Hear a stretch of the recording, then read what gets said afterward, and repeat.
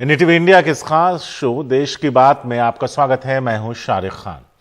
दिल्ली की सीमाओं पर साल भर से ज्यादा वक्त से बैठे किसान अपने अपने घरों की ओर रवाना हो रहे हैं और इसके साथ ही धरना स्थल का नजारा भी बदल रहा है। जो तंबू और कनात अब तक यहां की पहचान थे वो हटाए जा रहे हैं। जश्न भी खूब मन रहा है। इनकी खुशी देखते ही बन रही है। वो भी क्यों ना, करीब साल भर के लंबे शांतिपूर्ण संघर्ष के बाद किसान अपने मकसद में कामयाब हुए हैं। रविशंजन शुक्ला हैं, इस वक्त सिंगू बॉर्डर पर मौजूद हैं। सीधे उनके पास चलते हैं, उनसे बात करते हैं। रविश, आज का दिन खास है क्योंकि एक लंबी लड़ाई के बाद घर वापसी।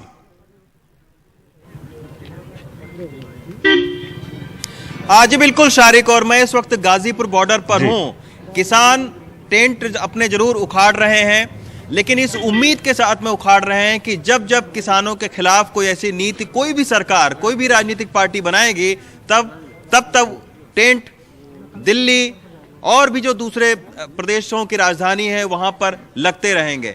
किसान शारिक यहां से दो चीज लेकर लौट रहा है। एक तो जीत का आत्मविश्वास, और दूसरा जो संयुक्त किसान मोर्चा है उसकी जो एकता बनी है 40 से ज्यादा किसान जत्थेबंदियों की, उसका भरोसा। तो ये दो चीज लेकर यहां से किसान लौट रहा है। ये आप देख सकते हैं, राहुल, हासिम, दुनिया भर के ऐसे जो किसान हैं जिन्होंने जाड़ा, गर्मी, बरसात, इवन कोरोना तक में वो यहीं पर बैठे रहे। इन्हीं सारे लोगों की एक लंबी संघर्ष की दास्तान है, जिसके वजह से आज किसानों को ये जीत मिली है।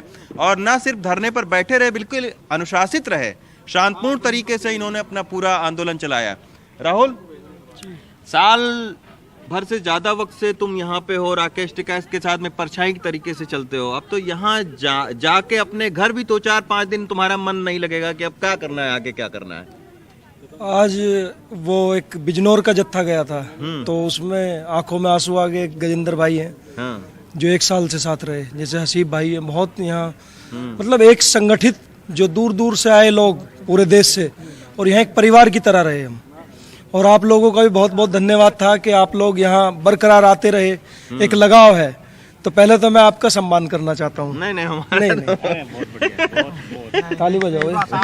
एनडीटीवी ने जो निष्पक्षता से इस पूरे आंदोलन को दिखाया, और ये लड़ाई जो जीती है, ये मीडिया चौथा स्तंभ बताते हैं। मीडिया जो सही मीडिया थी, जैसे आप जैसे लोगों ने ये जिताई है। बाकी 3 चीज हैं, ट्यूटर, ट्रैक्टर और टिकैत। अच्छा, और ये आने वाले समय में भी ये तीनों चीज याद रहेगी। कहीं भी दिक्कत किसान को आएगी तो ये खड़ा मिलेगा। नौजवान ट्यूटर चलाएगा, ट्रैक्टर खेत में है और किसान का टैंक है, और टिकैत परिवार 32 साल से जी शारिक भाई। रविश, हर कोई ये जानना चाहता है कि आज विजय जुलूस भी निकलने वाला है, वो कितने बजे निकलेगा? और दूसरा, राकेश टिकैत अपने उस विजय जुलूस के साथ कितने बजे वहां से रवाना होंगे जहां आप मौजूद हैं? जी, आज देखिए शारिक, राकेश टिकैत अभी नहीं जाएंगे गाजीपुर बॉर्डर से। आज जो है वो तमाम जो किसान संगठन हैं वो अपने अपने स्तर से यहाँ से जा रहे हैं। मतलब ये था कि 11 तारीख की शाम, आज अभी सम्मान हुआ है बहुत सारे किसानों का, जो लोग शुरू से जुड़े रहे हैं, और उसके बाद आज शाम से किसान अब अपने घरों की ओर लौटना शुरू करेंगे। राकेश टिकैत जो है वो 15 तारीख को गाजियाबाद के इसी जगह से, गाजीपुर बॉर्डर से मुजफ्फरनगर, अपने सिसौली जो गांव है वहां जाएंगे। और उनका कहना है कि 13 घंटा वो मुजफ्फरनगर में बिताएंगे। अभी तक उन्होंने ये कहा था कि हम जब तक किसानों की जीत नहीं होती तब तक मैं सिसौली गांव नहीं लौटूंगा। अब उनका कहना है चूंकि 13 महीना वो गाजीपुर बॉर्डर रहे हैं, तो 13 घंटे जो है वो मुजफ्फरनगर और जो उनका गांव है सिसौली, वहां बिताएंगे। उसके बाद वो दूसरे जगह पर उनके कई सारे कार्यक्रम लगे हुए हैं, वहां वो जाएंगे। तो 15 तारीख को आप कह सकते हैं शारिक के गाजीपुर बॉर्डर पूरी तरीके से खाली हो जाएगा, और 15 तारीख को ये सारी जो सड़कें हैं ये आम आदमी के लिए खुल जाएंगी। अभी हो सकता है कि कल से एक लेन ऊपर वाली जो है वो आम आदमी को राहत देने के लिए किसानों ने ही खुद कहा है कि वो सुबह से खोल देंगे उसको, जहां पर मंच लगा हुआ था। तो अब यहाँ कोई सभा नहीं होगी, लेकिन यहाँ पर राकेश टिकैत का जो ट्रैक्टर है वो जहां पर रहते थे वो यहाँ पर रहेगा। 15 तारीख को वो यहाँ से अपने ट्रैक्टर समेत रवाना होंगे। कल जो है वो कैराना में पंचायत है, फिर वो जाएंगे स्वर्ण मंदिर जाएंगे, वहां पे मत्था टेकेंगे। फिर जब वो आएंगे 14 तारीख की रात को आएंगे, 15 तारीख को सुबह से ये सारे लोग यहाँ से निकलेंगे। ये कार्यक्रम है अभी तक। शुक्रिया रवीश, इस पूरी जानकारी के लिए आप गाजीपुर में मौजूद थे और वहां से जो जानकारी आपने दी उसके हिसाब से राकेश टिकैत 15 तारीख को अपने ट्रैक्टर के साथ रवाना होंगे और मुजफ्फरनगर में 13 घंटे गुजारेंगे। और गाजीपुर बॉर्डर की ही एक और खबर है जो रविशंजन शुक्ला ने भेजी है। कुछ देर पहले जन कवि बल्ली सिंह चीमा से उन्होंने बात की। तो रविशंजन शुक्ला ने जब चीमा से बात की तो उन्होंने क्या कुछ कहा और किन कविताओं से समा बांधा, वो आपको सुनवाते हैं। यही वो मंच है जो पिछले 1 साल से लगातार जाड़ा, गर्मी, बरसात और कोरोना के वक्त में भी इस मंच से लगातार देश के अलग अलग हिस्सों से आए किसानों ने लोगों को संबोधित किया और यहाँ से उन्होंने अपना जो संदेश है वो सरकार को दिया। अभी इस वक्त अरदास चल रही है, बैठक शुरू होने वाली है और टिकैत जी, राकेश टिकैत, योगेंद्र यादव जैसे तमाम यहाँ पर जो किसान नेता हैं वो भी मंच पर बैठे हुए हैं। अब एक शख्सियत से आपको मिलवाता हूँ जिनकी कविता ने इस आंदोलन में एक जान डालने का काम किया है। वो है बल्ली सिंह चीमा साहब, जिनकी कविताओं को तमाम सारे गायकों ने गाया। इनकी कविता का तमाम बार हमने देखा कि मंच से जो किसान नेता हैं उन्होंने अपने कविता के जरिए एक संदेश हर गांव के किसानों तक पहुंचाया। आज बल्ली सिंह चीमा साहब, अंतिम दिन है गाजीपुर बॉर्डर के इस NH-9 की सड़क का, क्या सुनाना चाहेंगे? देखिए, मैं एक जो पंजाबी में गीत लिखा था वो, लेकिन मैं आज भी हिंदी में गीत सुना। एक आंसू टिकैत के मैंने कविता लिखी, बहुत मशहूर हुई। अच्छा। तो उसका दूसरा भाग लिखा है मैंने, आंसू किसान के, जो पूरी कविता पर पॉलिटिकल है कि किसान क्या चाहते हैं और सरकार क्या चाहती है। तो ये लड़ाई में ये स्थगित हुई है लड़ाई, ये खत्म नहीं हुई है। तो खैर, मैं कवि हूँ तो मैं कविता की बात करूँगा। तो कविता में वो क्या चाहते हैं और हम क्या चाहते हैं, ये आंसू टिकैत के जो कविता है मेरी, उसका दूसरा भाग है आंसू किसान के। दुख सिर पे आ पड़े हैं सारे जहान के, गुस्से में आ गए हैं आंसू किसान के। दुख सिर पे आ पड़े हैं सारे जहान के, गुस्से में आ गए हैं आंसू किसान के। दुनिया तो देखती है, तू भी तो देख ले, दिल्ली की ओर बढ़ते किसानों के काफले। किसान को है चिंता सारे जहान की, सड़कों पे आ गई है पीड़ा किसान की। वाह वाह वाह। तो ये बल्ली सिंह चीमा साहब हैं जिन्होंने अपने कविता के जरिए इस किसान आंदोलन में एक नई जान फूंकने का काम किया है। किसान यहाँ से 2 चीज लेकर लौट रहा है। एक तो इस किसान आंदोलन के जीत का आत्मविश्वास, और दूसरा SKM के तौर पर जो संयुक्त किसान मोर्चा है उसके तौर पर एक संगठित किसान जत्थेबंदियां। गाजीपुर बॉर्डर से मनु नायर के साथ Ravish Ranjan Shukla, NDTV India. Ghazipur border पर किसान आंदोलन में शामिल एक बुजुर्ग की उम्र 99 साल है। ये बुजुर्ग हैं चौधरी राज सिंह, जो साल भर चले आंदोलन में लगातार शामिल हुए और किसानों का हौसला बढ़ाया। अब जबकि किसान अपने घरों को लौट रहे हैं तो इस मौके पर क्या कह रहे हैं चौधरी राज सिंह, सुनवाते हैं आपको। ये न 3 कानून हमें दिए, न अपने वापस ले लिए, हमें तो कुछ दिया ही ना। 3 कानून इनने हमें दिए हैं, हमने वापस कर दिए। है जी, यही मांग थी। नहीं, मांग तो हमारी और बहुत है। SMP पे भी तो मांग है हमारी। 7 से 8 से जो हमारे आदमी शहीद हुए हैं उनकी भी तो मांग है। हमारे जो 5 प्रतिनिधि हैं वे चुने गए हैं, वे वार्ता करेंगे, वे बात करेंगे जो कुछ करेंगे, और जो वे कर लेंगे वो हमें मान्य है।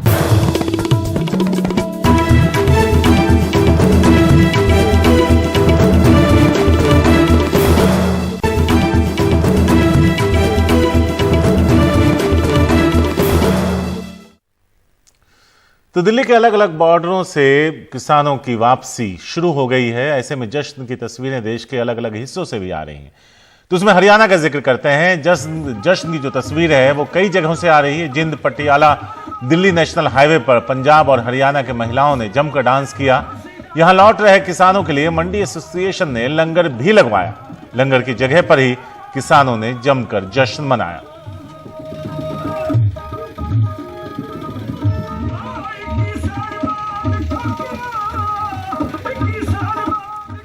वहीं सिंगू बॉर्डर से ड्रोन की तस्वीरें सामने आई हैं। चारों तरफ किसानों के टेंट दिखाई दे रहे हैं, जिन्हें अब हटाने का काम जारी। दिल्ली के बॉर्डर से किसान अपनी रवानगी में जुटे हुए हैं। किसान अपने डेरे ही नहीं हटा रहे बल्कि वहां साफ सफाई भी कर रहे हैं।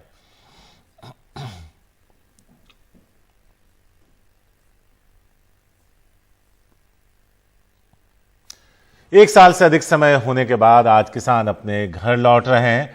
उससे पहले सिंगू बॉर्डर पर आज अरदास का आयोजन किया गया। सकुशल घर लौटने के लिए किसानों ने अरदास की।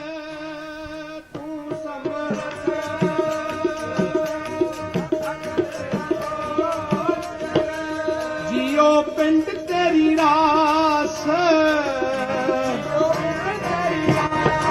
रहम तेरी सुख पाया,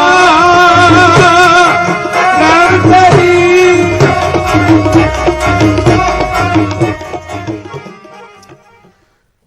सिंगू और टिकरी बॉर्डर से किसान अपनी सजी धजी ट्रॉलियों से नाचते गाते अपने अपने घरों को लौटने लगे हैं। एक ट्रैक्टर ट्रॉली पर हमारे सहयोगी सौरभ शुक्ला भी मौजूद थे और वापस लौट रहे किसानों से उन्होंने बात की। हम इस वक्त सिंगू बॉर्डर में मौजूद हैं और एक ऐसे ही ट्रैक्टर में हम लोग चढ़ चुके हैं जो यहाँ से पंजाब वापस जा रहा है। और आप देखेंगे नाचते गाते हुए किसान जो है झंडा लिए इन ट्रैक्टर्स के जरिए वापस जा रहे हैं। और चेहरे पर देखिए कितनी खुशी है कि झंडा लिए नाचते गाते हुए जा रहे हैं। कितने खुश हैं? क्या नाम है आपका? मेरा नाम मनदीप सिंह है। मैं मोहाली पंजाब का रहने वाला हूँ। बस खुशी शब्दों में बयान नहीं कर सकते हम। शब्दों में बयान हो रही क्या खुशी है हमारे पास। शब्दों में बयान नहीं कर सकते। तो ऐसे ही नाचते गाते हुए जाएंगे? बिल्कुल, सारे रास्ता 200 किलोमीटर पड़ता है यहाँ से, नाचते गाते ही जाएंगे। नाचते गाते हुए जा रहे हैं। हाँ जी। आपका नाम क्या है? मेरा नाम बलिंदर पाल सिंह। मैं चंडीगढ़ से चंडीगढ़ के बाद डेरा बस्सी का रहने वाला हूँ। मैं वहाँ से? डेरा बस्सी से। अच्छा, तो ऐसे ही नाचते हुए जाएंगे? बिल्कुल सर, बिल्कुल। हम अपनी खुशी का इजहार करते हुए जाएंगे।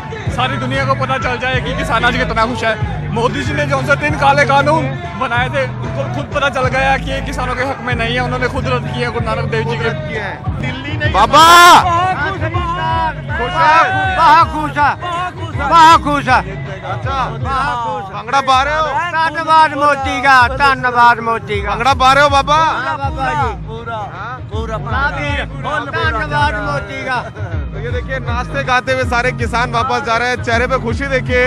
स्पीकर लगा लिए अपने ट्रैक्टर्स पे और स्पीकर लगाने के साथ साथ में देखिए बुजुर्ग भी जो है नाचते गाते हुए जा रहे हैं। आप देखेंगे यहाँ पे भी आपको पूरा एक शहर नजर आएगा जो किसान जो है अब हटा रहे हैं। आप देखिए सारे जो है ट्रैक्टर्स जो है अब धीरे धीरे सामान लोड करके जा रहे हैं। लगभग सिंगू बॉर्डर पे कई किलोमीटर तक ये पूरा एक शहर किसानों ने बसा रखा था जिसे अब ये लोग समेट के जा रहे हैं। तो जो किसान वहां पर हैं भी उनको भी देखिए जो गुजर रहे हैं तो हाथ हिलाते हुए यहाँ से देखिए ये तस्वीरें सिंगू बॉर्डर से। ये विजय जुलूस जो यहाँ से किसान निकल रहे हैं वो देखिए बुजुर्ग किसान भी जो है डांस कर रहे हैं। जो हरियाणा के किसान हैं वो भी नाचेंगे और एक दूसरे से तमाम इनकी दोस्ती हो गई है, गहरी दोस्ती हो गई है। तो ये तस्वीरें सिंगू बॉर्डर से खुशियां जश्न मनाया जा रहा है। और इस बात को ये किसान समझते हैं कि जो इनको जीत मिली इसके लिए इनको संघर्ष करना पड़ा है। 700 से ज़्यादा किसानों की मौत भी हुई है। तो वो भी समझते हैं, जानते हैं, कह रहे हैं कि जब अगर सरकार इनकी मांगे नहीं मानेगी, 15 जनवरी को वापस इनकी बैठक है, उसमें ये लोग समीक्षा करेंगे उन मांगों का जो सरकार ने लिखित में दी मानी है। अगर वो सरकार इनकी मांगे पूरी नहीं करती है तो ये कह रहे हैं कि हम लोग वापस आ जाएंगे। तो फिलहाल ये खुशी और ये जो है भंगड़े के साथ हम अपने दर्शकों को छोड़ जाते हैं। किस तरीके से किसान सारे थिरक रहे हैं यहाँ पर।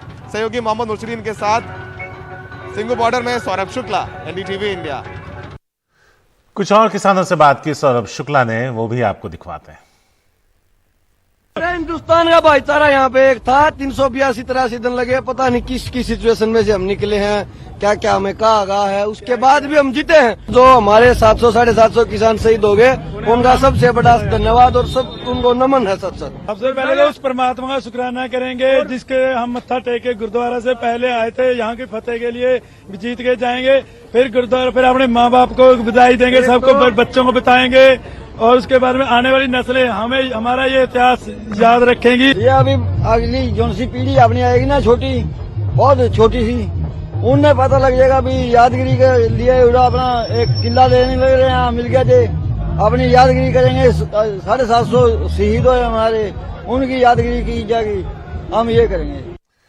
किसानों की वापसी सिंघू बॉर्डर से शुरू हो गई, लेकिन किसानों के तंबू लगाने के बाद दिल्ली पुलिस ने किसानों को रोकने के लिए सड़क पर कंक्रीट की दीवार और लोहे की बड़ी बड़ी कीलों से उनका रास्ता रोकने की कोशिश की। अब वहां क्या है हालात, बता रहे हैं हमारे संवाददाता सौरभ शुक्ला। सिंघू बॉर्डर से किसान अपनी वापसी करने लगे हैं। किसान अपने सामान लाद कर साफ सफाई करके वापस जा रहे हैं। खाली होने में 1 से 2 दिन का वक्त लग सकता है, क्योंकि इतना बड़ा शहर किसानों ने बनाया था, बसाया था, यहाँ पर साफ सफाई भी कर रहे हैं। लेकिन सवाल ये है कि जो पुलिस ने बैरिकेड और जो कांटे सड़क पर लगाए थे उसको हटाने में कितना वक्त लगेगा। हम उस सीमा पर खड़े हैं जो किसी अंतर्राष्ट्रीय सीमा से कम नहीं थी इस पूरे 1 साल। ये सिंघू बॉर्डर की सीमा है, वो उस तरफ दिल्ली है, और ये यहाँ से किसानों ने अपना जो है टेंट लगा रखा था, दिल्ली पुलिस ने सीमा बनाई थी। अब देखिए ये कांटों के तार हैं, और उधर देखिए बैरिकेड के उस पार जवान तो तैनात हैं ही हैं, वो अपनी ड्यूटी कर रहे हैं। और अब देखिए कांटे जो है जमीन पे किस तरीके से लोहे के लगाए गए थे, ताकि अगर किसान अपने ट्रैक्टर ट्रॉली लेकर के आए तो वो पंक्चर कर दिए जाए। तो सोचिए कि किसान तो अपना सामान समेट कर जा रहे हैं, 102 दिन का वक्त लगेगा, लेकिन जो कंक्रीट की दीवार बनाई गई है इसको भी हटाने में अच्छी खासी मशक्कत करनी पड़ेगी दिल्ली पुलिस को। और जो सड़क हम देख रहे हैं कि सड़क कहीं किसानों से नहीं टूटी है, लेकिन जिस तरीके से पुलिस के बंदोबस्त है उसको भी रिपेयर करने में वक्त लगेगा। आप देखिए पूरे हमारे सहयोगी थोड़ा सा जूम करके भी दिखाने की कोशिश करेंगे कि किस तरीके से ज़मीन पर जो कांटे हैं लोहे के वो अभी भी लगे हुए हैं, जिसको हम लोग लगातार रिपोर्ट करते आए हैं। लेकिन जो दिल्ली पुलिस ने यहाँ पर जो बंदोबस्त किए थे सुरक्षा के लिहाज से, उस बंदोबस्त को भी हटाने में काफ़ी वक्त लग जाएगा। सोचिए कम से कम 4-5 फीट की तो ये मोटी दीवार है जिसको दिल्ली पुलिस ने कंक्रीट की बनाई थी। ये सीमेंट लगा हुआ है, उसके में सरिया लगा हुआ है, उसके बाद इस पर सीमेंट लगाई गई है, कांटे लगाए गए हैं, और उधर कांटों के जो लोहे के कांटे लगाए गए हैं, तो उसको भी हटाने में वक्त लगेगा। लेकिन फिलहाल किसान खुश होकर वापस गए हैं, जय जवान और जय किसान के नारे लगाते हुए वापस गए हैं। जो किसान आंसू गैस के गोले खाते हुए दिल्ली पहुंचे हैं थे 1 साल पहले, वो अब फूल बरसाते हुए जय जवान जय किसान के नारे लगाते हुए वापस जा रहे हैं। फिलहाल ये कांटे वैसे ही वापस छोड़ गए हैं। ऐसा लगता है कि जल्द ये जो खाई पैदा हुई थी वो खाई भी भरेगी लोगों के दिलों में। जो देशद्रोही, आतंकवादी, खालिस्तानी, मवाली के तमाम तरीके के टैक्स दिए गए हैं इन लोगों को, वो सरकार ने उनको मान लिया कि वो किसान थे, उनको मुआवजा भी दे रही है। फिलहाल ये भी एक तस्वीर है जो सिंघू बॉर्डर से हम आपको दिखा रहे हैं, जहां पर कांटे हैं, मोटी मोटी दीवारें हैं, और उस तरफ देश का किसान है तो उस तरफ देश का जवान। सहयोगी मोहम्मद मुस्लिम के साथ सिंघू बॉर्डर में सौरभ शुक्ला, एनडीटीवी इंडिया। पंजाब के राजपुरा में दिल्ली से लौट रहे किसानों पर एक विमान ने फूल बरसाए, वो तस्वीर भी आपको दिखाते हैं।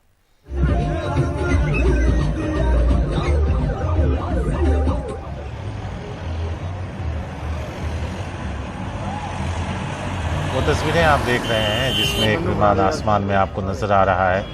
किसान जो दिल्ली से लौट रहे हैं उनके ऊपर फूल बरसाता हुआ, उनका स्वागत करता हुआ, उनकी जीत की बधाई देता हुआ।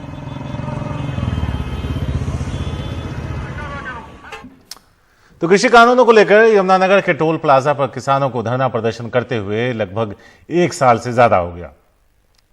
कृषि कानूनों को रद्द करने के बाद आज किसानों की घर वापसी शुरू हो गई। किसानों ने घर वापसी के लिए एक दूसरे को लड्डू खिलाया और फूल मालाएं पहनाकर, ढोल बजाकर नाचते उनका स्वागत किया। किसान इस बात से खुश हैं कि उनकी सही सलामत घर वापसी हो रही है। सहयोगी कुलवंत सिंह ने किसानों से बात की।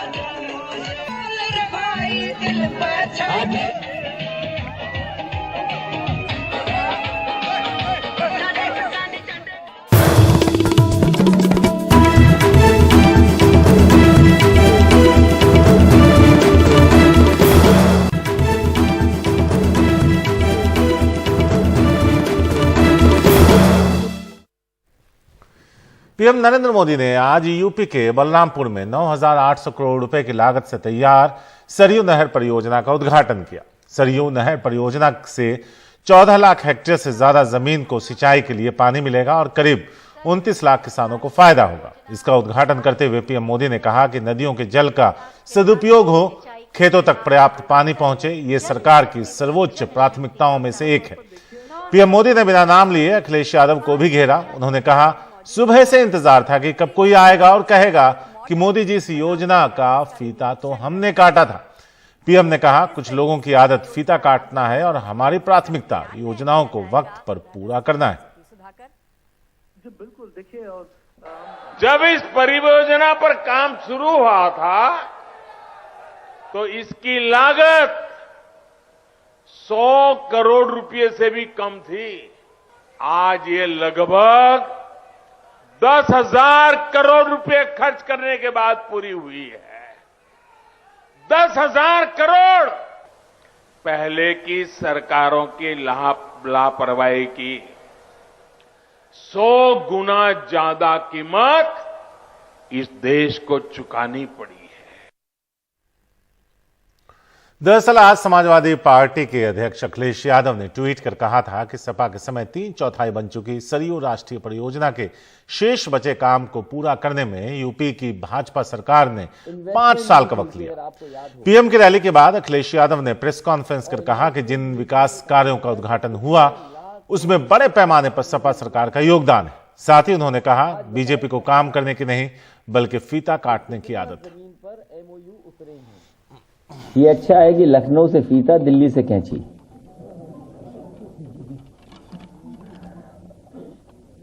सरयू परियोजना, मुझे खुशी है इस बात की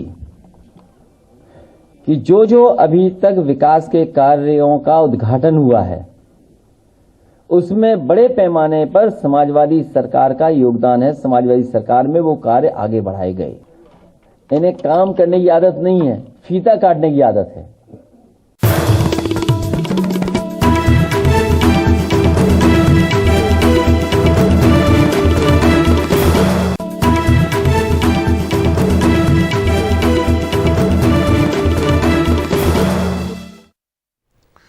देश में ओमिक्रॉन के मामले धीरे धीरे बढ़ते दिख रहे हैं। इस वक्त पूरे देश में 33 केस ओमिक्रॉन के हैं, जिनमें राजधानी दिल्ली की बात करें तो यहां ओमिक्रॉन का एक और केस सामने आया, यानी दिल्ली में 2 केस ओमिक्रॉन से पीड़ित मरीजों के हो गए। यह शख्स जिम्बाब्वे से आया था, जिसकी जीनोम सीक्वेंसिंग रिपोर्ट में ओमिक्रॉन की पुष्टि हुई। यह शख्स साउथ अफ्रीका की यात्रा भी करके आया।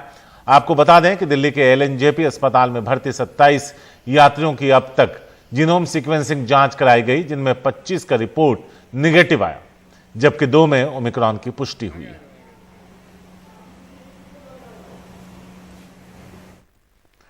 महाराष्ट्र में भी ओमिक्रॉन के 7 नए केस शुक्रवार को सामने आए। इनमें से 3 केस मुंबई में और 4 केस पिंपरी चिंचवाड़ा में सामने आए।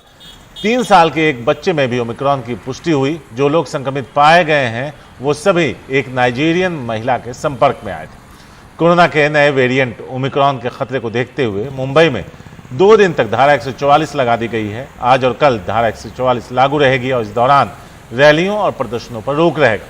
साथ ही आदेश का पालन न करने पर IPC की धारा 188 के और अन्य कानूनी प्रावधानों के तहत कार्रवाई की चेतावनी दी गई।